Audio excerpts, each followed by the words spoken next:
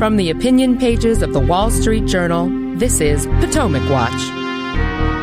The strike by the dock workers union that has shut down ports on the east and Gulf coasts of the U.S. continues with no visible sign of progress. Commerce is beginning to slow across the U.S. with an estimated economic harm of up to $4.5 billion a day, according to J.P. Morgan. And the damage will begin to show for consumers in shortages and higher prices within a few days. Could this affect the November election? And what are we learning about union politics in 2024 America? Welcome, I'm Paul Gigot, editor of the editorial page of the Wall Street Journal, and here where we have the editorial page's daily podcast called Potomac Watch. I'm here with my colleagues Alicia Finley and Kim Strassel. Thanks, both of you, for being here. Both of you cover union politics and economics. The International Longshoremen Association is the lead actor here, Alicia, led by Harold Daggett, the 78-year-old union boss, and to say that he's a colorful character understates the case. Let's listen to him talk to his striking workers. Now you start to realize who the longshoremen are, right?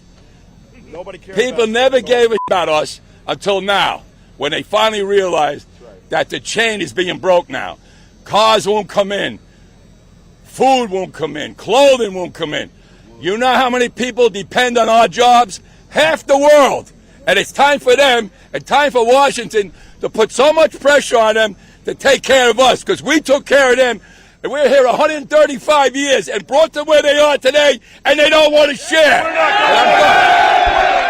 Talk about a union boss from Central Casting. I thought it was back in 1918 or 33. But he's very powerful. This union is very powerful. Tell us about the union and what this dispute is all about. Well, the union has about 50,000 members, and they run the ports along the Gulf and the East Coast. The West Coast ports are under different longshoremen's unions, though there are kind of sister unions. And essentially what the longshoremen are asking for is to make their wages comparable to the West Coast worker wages, raise them from about $39 an hour to $69 an hour, which doesn't include overtime and these quote-unquote container royalties, which are basically tens of thousands of dollars that workers get paid regardless of whether they work. And these were instituted during the 1960s in the labor contracts when there was an increase in containerization, which resulted in containers being loaded more efficiently, so fewer workers are required. So these are essentially kind of a guaranteed income. Interesting, because you said there are 50,000 workers here in the union, and yet there are only 25,000 jobs. So does that mean 25,000 of these striking workers actually weren't working on an hourly basis? That's right. They are not working on an hourly basis. And some of them are local union bosses, actually, who just get paid not hundreds of thousands of dollars not to work. This is from these residual provisions of contracts in the past. Well, some of them are because of that, these container royalties. Mm-hmm. Some of them are these special arrangements that the unions have made and cut with these port employers, basically just so that the union bosses, and there's kind of a coterie of them that control the ports and to control who gets assignments and who gets jobs. So the union bosses decide, well, you work, you don't. You get you exactly. You It's exactly. So it's very nepotistic. You saw that if you recall the 1950s movies on the waterfront. The union boss here actually, it was alleged in both the civil and criminal case, Harold Daggett, that he came up through the union rankings owing to his mafia ties. But he was acquitted. He was acquitted, and the judge also dismissed the civil complaint. So the current wages, you said it's $39 an hour in the contract, but there's something like $100,000 worth of benefits. I mean, this isn't a minimum wage crew here. That's right. It's a lot of pension benefits. You have these legacy costs because there used to be more workers on the docks. And that's actually a widespread problem facing a lot of Teamsters and such, where you have these legacy pension benefits and then employers have to pay into. And then healthcare. Healthcare as well. Extremely generous healthcare, almost no cost. Hence, they can make over $200,000 on average, at least, between their wages and benefits, even if they're not working that much. All right. Let's talk talk, Kim, about some of the economic impact here. It's considerable, is it not? I mentioned that JP Morgan figure. But as Mr. Daggett of the union was saying, widespread throughout the economy, something like 40% of the U.S. economy could be affected in some way because the containers aren't coming in, the goods aren't being distributed, and literally tens of thousands of businesses, large and small, will be affected. Yeah, just start at the dock and work your way out. So first of all, you've got something like 100,000 containers that are now stranded offshore. They're not coming in through the docks to get to their final destinations. Then you go out. That means the guys who are driving the trucks that deliver these goods are not doing that. The warehouses that hold on to this stuff before distributed to other places are not going to be online. Inventories are going to start going down. So let's say one of those containers contains really essential car parts or an assembly line in Detroit. Those workers are ultimately going to be idled because they're not going to be part of the manufacturing process. Raw materials that people need to build all kinds of things in the United States, whether that be steel, whether it be ingredients that go into food that is processed, not making it to its destination.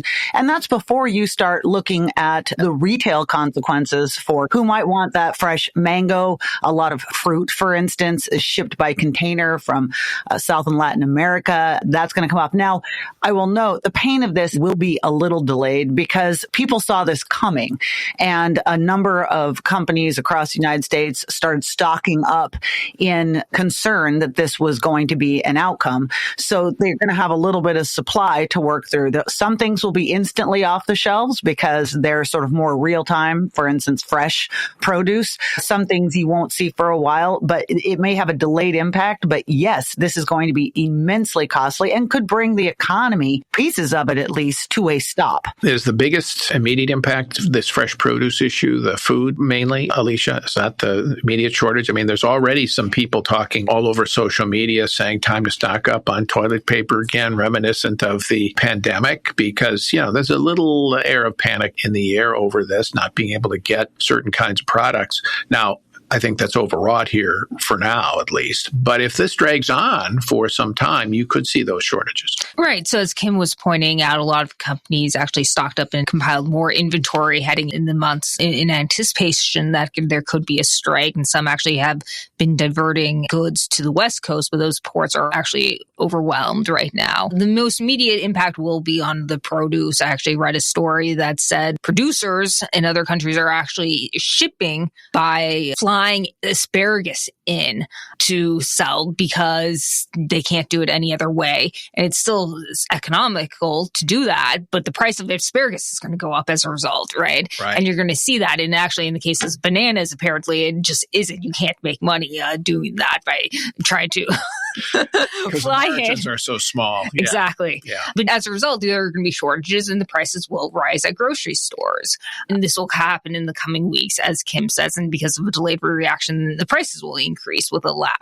Not great for Biden, who tried to run on, I vanquished inflation. And actually, consumers are going to see prices at least pick up in the weeks right before the election. All right, we're going to take a break. And when we come back, we'll talk about President Biden's response to all of this when we come back. Welcome back. I'm Paul Gigot here on Potomac Watch with my colleagues Kim Strassel and Alicia Finley. Let's listen to President Biden talk about this dock workers strike, where he comes down. But here's the thing, this natural disaster is incredibly consequential. The last thing we need on top of that is a man-made disaster, what's going on at the ports. We're getting pushback already. We're hearing from the folks regionally that they're having trouble getting product they need because of the port strike. And look, there's a consortium of basically 6 owners that control all the ports from all the way to the East Coast down around the Gulf. And they've made incredible profits, over 800% profit since the pandemic. And the owners are making tens of millions of dollars from this. The last thing they need is to profit off of this. It's time for them to sit at the table and get this strike done. Will you be communicating with them directly about any of this? Oh, we have. We have. I haven't personally, but we have. Kim, the president, you can say, I think, fairly putting his weight of his political credibility on the side of the union in this negotiation and telling the consortium of private employers here to ante up.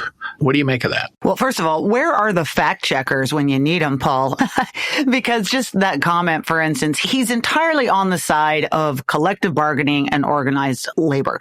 This was one of his promises when he came into office. I'm going to be the most pro-union president ever. And he's certainly living up to that. And a lot of unions have done well by that attitude and used the leverage of the White House to squeeze out some very favorable contract agreements, whether it be the UAW in Detroit, the Teamsters in an argument they had with the UPS.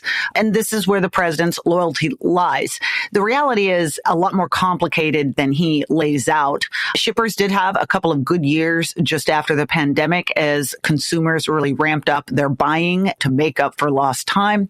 But that economic environment has dramatically changed for them, particularly over the last year. There's difficulties getting their ships, obviously, through the Middle East, given that they're getting fired on by Houthis. There are security risks. Obviously the U.S. economy has slowed down. Just ask Jerome Powell. So it's been a lot tighter, and there's a lot of issues. Alicia can talk to even better about the need for automation at ports, not enough jobs for too many workers and port workers. There's a lot of stuff that needs to be sorted out here. They're not rolling in the dough. And I think the important thing here is Joe Biden says where his loyalty is, and this is his strike to own, because he could have stepped in and he could have stopped it. He could have just simply made clear that if they went out and went on strike, that he was going to invoke Taft-Hartley. It's a very powerful law that presidents have.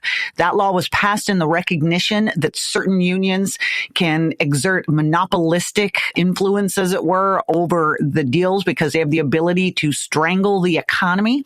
Every president in the past has understood the importance and the need for that law, and it's been used, I think, 31 times. In 29 of those cases, courts have granted the president's request for an 80-day cooling off period where the parties have to go back to the table. Biden has taken that off the table, and that encouraged the longshoremen here to walk off the job.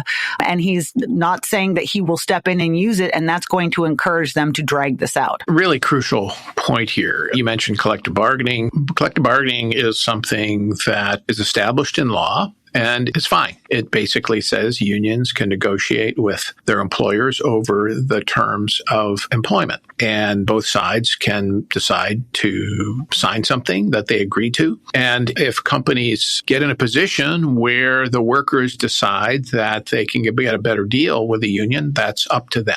Here's the difference. This is not simply a collective bargaining between two entities that just affects those entities. This has enormous ramifications across the economy. They can shut down the ports, Alicia. So what you have is a situation where the union has extraordinary power, almost extortionary power, to be able to leverage that in a way that pours throughout the rest of the economy. And it's much more than just, say, even Boeing workers working at the Boeing assembly line, the machinists. This is a much bigger deal, which is why the Congress in 1947 passed Taft-Hartley to be able to give a president this authority. Right. And George W. Bush actually invoked it in 2002 when the longshoremen on the West Coast, there was a lockout because there was a slowdown. Instead of going on strike, they were basically just not working, showing up in order to actually avoid an unfair labor practice allegations, which nonetheless they got slapped with. But George W. Bush stepped in after 11 days and called for the cooling off period, which eventually resulted in an agreement. And if you think about it, 80 days here, which is the cooling off period under Taft-Hartley, that would push us past the election. It would push us basically close to Christmas. And actually during the fall is when the worst times to leverage a strike, because all the shippers are trying to get supply in and goods in before the holiday season. And so the union is really trying to maximize their leverage here, both the political leverage by doing this before the election and the economic leverage by doing this in really the heated season, so to speak, for economic commerce in the U.S. I'd also point out that they have a monopoly de facto monopoly on the ports. It's not like there are different unions that control different ports. They control all of the ports on the East and Gulf Coast. So really the only alternative is to try to divert maybe some goods through to the West Coast. But again, those West Coast ports are already overwhelmed, and maybe try to fly in some things, but you can't fly in Volkswagen cars or, deliver them by truck. I mean, there really are very few or no alternatives for most goods. So the timing here is no coincidence, comrade. Kim, regarding the political calculation here by the president, and I should say that he was asked explicitly, would you invoke Taft-Hartley for this cooling off period? He said, no, I don't like Taft-Hartley. All right. So, okay. All right, sir.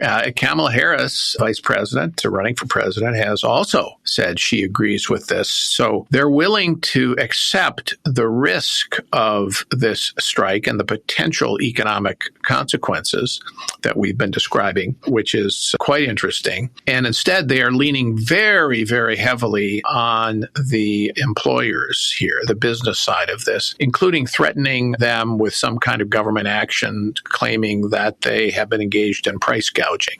Why are Biden and Harris taking this side of the argument when there could be some downside? Yeah, it's simple. They're in a little bit of a bind, and here's why. As you say, there is a risk to this, that things begin to spiral out of control, and it makes Americans very angry as we head into this election. Here's their problem, is that when you're in a presidential election season, the Democratic Party's number one go-to guy outfits that get out the vote for them are union organizers, union members. They do the door knocking. They do a lot of the work in the 72 hours leading up to the polls closing to get people to the polls and get those votes in.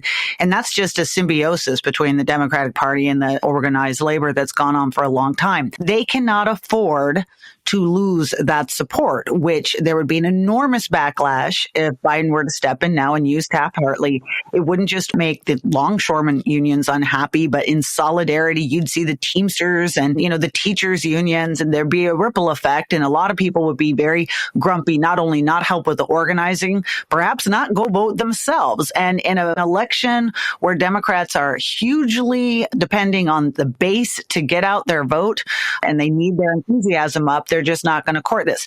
Their goal right now is basically they're going to try to, the kind of high stakes gamble, they're going to put all the pressure they can on the businesses to get them to fold. And they're banking that they can make that happen in the next week or two before things get bad enough that they might have to investigate other options, because at a certain point, this will begin to hurt them among other voters.